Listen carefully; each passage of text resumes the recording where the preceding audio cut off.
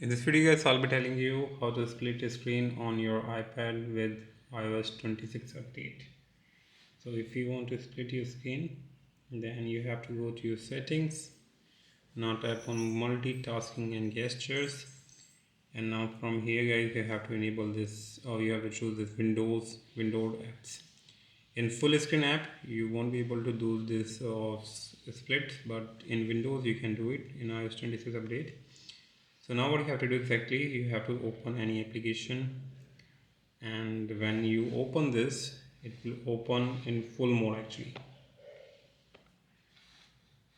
So I have to close this. It's already windowed.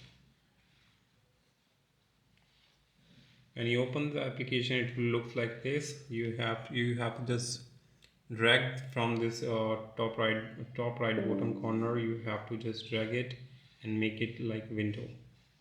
Now once you make it window, now then you have to open the next application which you want to split with this application. So you have to, like I want to split my Safari browser with this, and again you have to make it as window also. So you can again drag it and make it, you can make it as window. Now from the top you have to just click towards left, and from the top again on the other application you have to flick towards right. So this will make your application, this is uh, enable this split feature guys in between two applications. You can drag anywhere, you can swipe images, you can send images from one application to another application. So it will make your multitasking even more effective.